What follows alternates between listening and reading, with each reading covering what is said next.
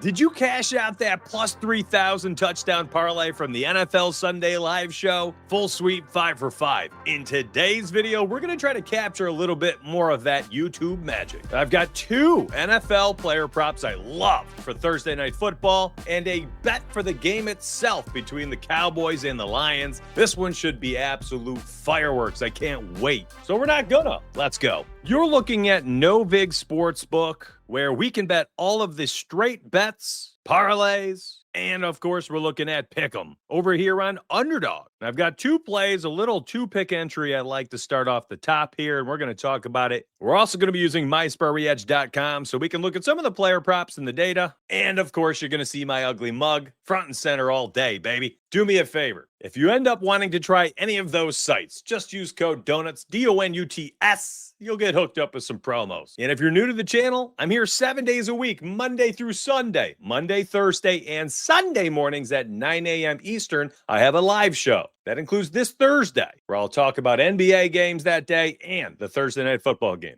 All right, we get the red-hot Cowboys ever since that bye week, making those trades, getting Quinnen Williams. They've been the best rush defense in the NFL. They've allowed just 39 yards rushing per game to opposing running backs. And now they're facing off against Jahmyr Gibbs and David Montgomery, the best 1-2 punch in the NFL at the running back position. Something has to give. Either the Lions lean into the run game and they embrace the fact that they're not going to most likely have Amon-Ra St. Brown, and they just turn around and hand it off a million times, and then 10, 12, 15 targets down the field to Javonte Williams, and and then 10 to 15 maybe play action targets down the field to Jameson Williams. Hopefully pick up some big plays. No Samuel Laporta either. Oh, Lions just falling apart here at the end down the stretch. Divisionally, these playoff games are insane. The NFC North is wild right now. Bears, Lions, Packers, all right there fighting and clawing tooth and nail for playoff seeding and divisional standing. The Lions, if they lose this one, potentially are on the outside looking in. The NFC is absolutely loaded this year, and the Cowboys are on fire, as I was saying, but I digress. Back to the Cowboy side of things. After the bye week and all those trades, they're on fire, and they've beaten the Chiefs and the Eagles in back-to-back weeks. They look good. They're throwing the ball deep down the field. Pickens and CeeDee Lamb are averaging over 20 targets in each of the last 3 games combined. One of them has had a 100-plus yard game in each game. How do you slow them down? And then Javonte Williams has looked pretty darn good, setting up that play action, setting up those deep bombs to CeeDee Lamb, and that's one of the things we're going to look at here in a second. Now, in regards to the game and betting on itself, my early lean, my first look, my tummy tingles, the things that make them needle move are the rush defense of the Cowboys being an absolute strength right now, going against the strength of the Lions, which is the running game. And here's my concern about the Lions side of things. As we have seen over the last several seasons, regardless of how good that running game is, if the Lions are playing from behind, that offense does not work as efficiently as it usually does when they're playing with a lead. We rarely see the Lions come from behind in games. They just don't do it. It's not their genetic makeup. It's not Jared Goff's strength. And on the flip side of things, we just saw the Cowboys down 3 tutties against the Eagles, and they came from behind in that game and won it. My goodness, the Cowboys have the firepower on offense, and their defense looks like it's finally stepped up, and it's there to provide some aspect to the game that isn't just rolling over and dying, which is what they did through the first 9 games of the season before the bye week, when they were giving up the second most points per game in the NFL. On the flip side, the offense has just kept humming along. If anything, it's gotten better over recent weeks. Good balance, good deep strikes down the field. Dak Prescott has somebody open essentially every play. Can he put it on him or not? There's a lot to like on the Cowboys side of things. So when I look at this game and I start looking at these lines, the Lions are at home, so I think they're getting the field goal there simply just for the home field advantage. But I'm sorry, my friends, my first look tummy tingle, my first inclination when I see this is to just slam that Cowboys plus 3.5. Again, number one, if the Lions take off and they're leading this game, I still have faith that the Cowboys can come from behind and bring it within a field goal. Listen, we're not only getting the field goal here, but we're getting the hook, plus 3.5. Glorious number to get for a red hot team against a team on the other side that's been sluggish and is missing two of their best players on their team, Laporta and Amon-Ra St. Brown. On the flip side of things, let's say the Cowboys start off hot. They go up 10-0, 14-3, 17-7 at halftime. I don't know if the Lions have that firepower that they need when playing from behind to not only beat the Cowboys, but then to cover the spread. So there's multiple ways why I like the Cowboys to cover here. Give me the plus 3.5. I'm getting the 3 in the hook. I love that. Outright, I think the Cowboys are an interesting play as well. Plus 144 odds over here on Novig is a glorious look. I don't think that there's a zero-sum chance here that the Cowboys go in there and spank the Lions. Nevertheless, just cover or win. I think this could be one of those games where we're just like, okay, the Cowboys are absolutely contenders and the Lions might be pretenders. Again, if you want to play this over here on Underdog, again, if you want to play this over here on Novig Sportsbook, you can do that. Use code DONUTS, DONUTS. Now, the 10,000 simulations model for this game will be run and posted for members later this week. Actually, it should be later today. Now I think about it's Tuesday morning. Here's a quick little screenshot from a section of the model this past Monday Night Football, if you wanted to look at it. So it tells you the Patriots win. We take Patriots minus 7.5 over 46.5. These three things cashed.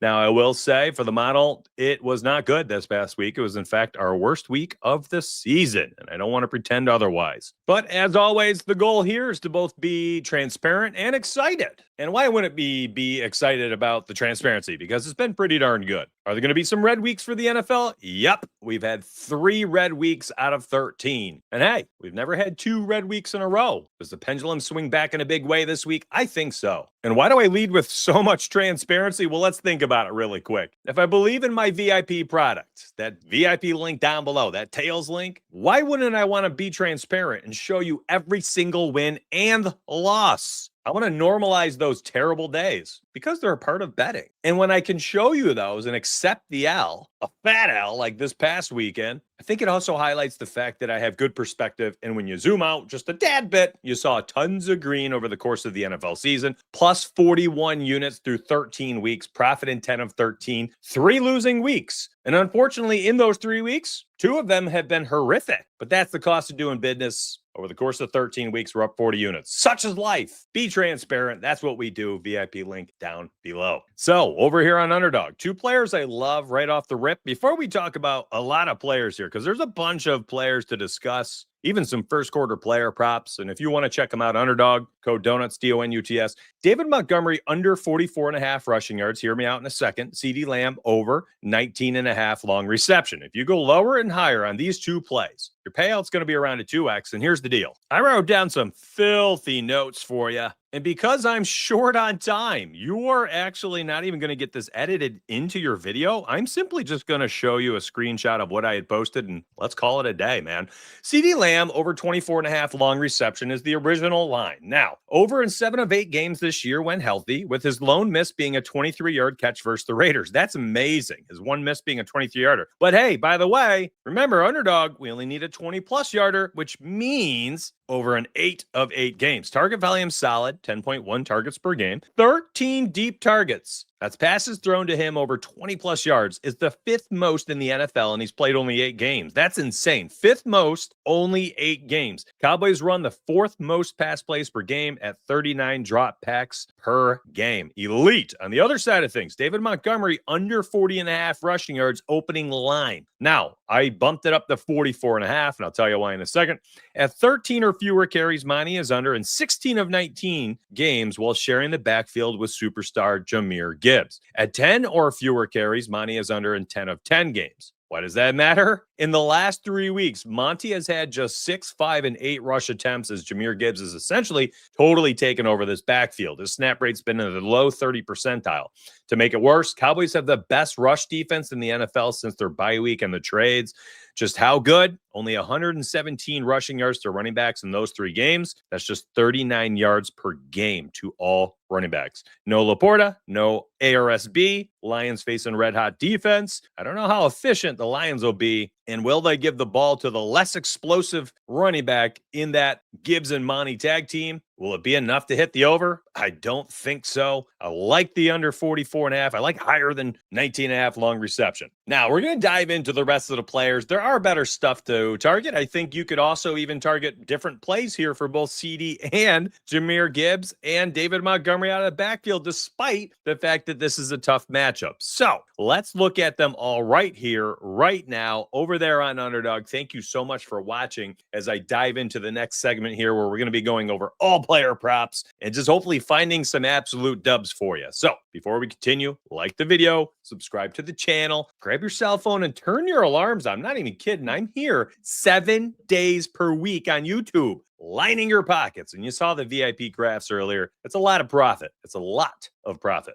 Okay, so let's dive into what we can. Javonte Williams against the Detroit Lions on the road here. I do not think it's a Javonte Williams game. He's been running the football very well. And one number that we were hammering here was his first quarter rushing yards, but we saw him with only 4 carries in the first quarter, his lowest in like 8 weeks this past week against the Chiefs. And on top of that, we had a parlay that we needed to cash at 10 plus rushing yards. And my guy had 10. Actually, I think he had 12. And then his next 2 carries in the first quarter, he lost 7 yards and went all the way down to 5. It was awful. Absolutely awful. Anyways, I don't think I'm on a Javonte play this week. I just don't think it's his week. I think they throw the ball at will against the Lions on the road. Jahmyr Gibbs here, I actually like for 2 spots, long reception and receptions total. Whereas receptions likely opens at 3.5. I would take the over.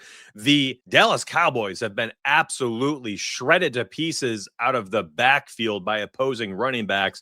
80% of running backs this season have cashed their receptions line against the Dallas Cowboys. So give me Jahmyr Gibbs to catch the football out of the backfield. Hey, even David Montgomery is an interesting play as well out of the backfield. His receiving yards is at 11.5. You know, he gets about 2 catches per game essentially, and you can see he flirts with that number all the time. 10, 10, 19, 16.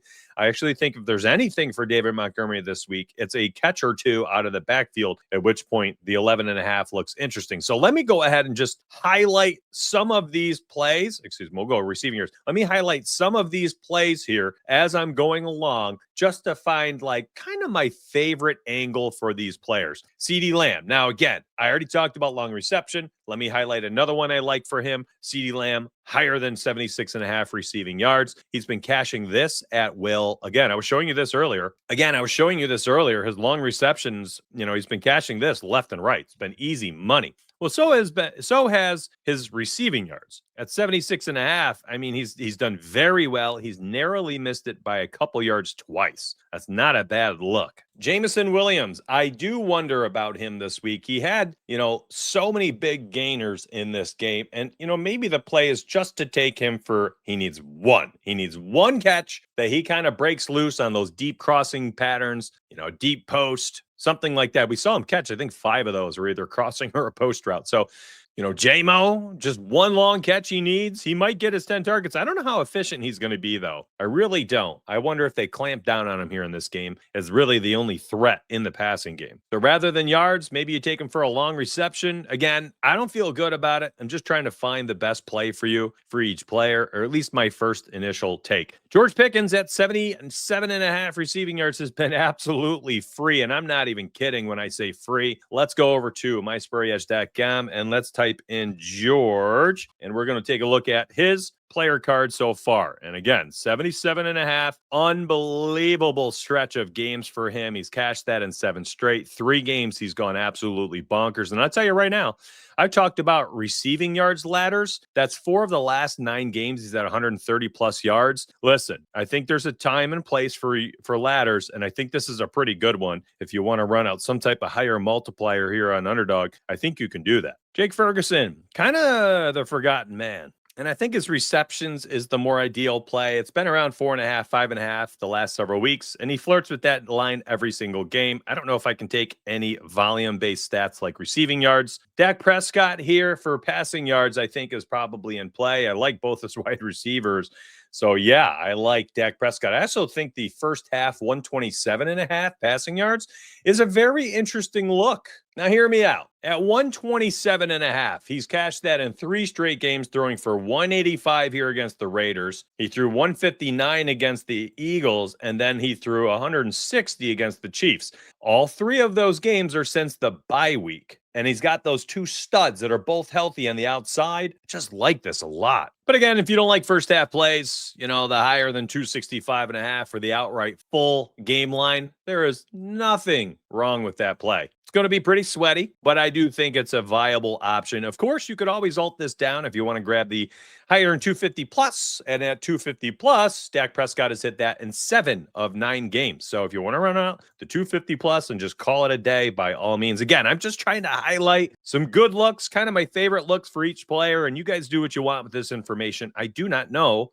all of the best plays at 9 a.m., 8 a.m. on a Tuesday morning. It's very early. Now, Jared Goff, here's the deal. This is a low line, and it's also a number that the Cowboys are giving up left and right. 4 straight quarterbacks have hit the over at 252.5. The only quarterback that missed in the last 5 was Bo Nix at 247.5 passing yards. Actually, Geno had 238, but he also cashed his over. And on the season, 2/3 of the quarterbacks facing Cowboys defense have hit the over in their passing yards. But we have no Amon-Ra St. Brown. And I think that if we get a full game of that and we have some inefficient play, do we hit the over here? I don't know. I do not feel good about it. I'm intrigued to see what his pass attempts and completions projections are later this week. I'll have to circle back. My initial lean is when I see this, I know that it's a low line. I know he's had over 252.5, 5 straight games, but this seems about as trappy as it gets. It's set like this, so you want to hammer the over, but you forget he's got no Laporta. He has no Amon-Ra St. Brown, and now he's facing this defense of the Cowboys that looks, honestly, one of the best in the NFL right now. I suppose if you want to grab one of those alternate projections and then grab lower than, you can do something like that and put together a nice big old flex entry for Thursday night. There's a lot of different ways to go about doing it. I think here's what I'm going to do for you. I've tried to cover everything I could, give you good analysis, information, and insight so you can go make informed decisions. My VIPs will get the actual personal bets that I end up on. You can get those down below that VIP link. Come back Thursday morning at 9 a.m. and I will have my Degenerate show. That's right, the Bets for Breakfast live show on Thursday morning. That's where I put together the touchdown parlays, the single game parlays, the ladder bets, things like that. So come back Thursday morning, 9 a.m. Eastern. I'll also have a video for you on Wednesday. It'll cover a little bit of NFL. It's going to cover some NBA as well. So you're going to want to listen to that if you like the NBA betting as well. VIP link down below, and I'll hopefully see you coming back for the next video. Take care, my friends, and let's get paid.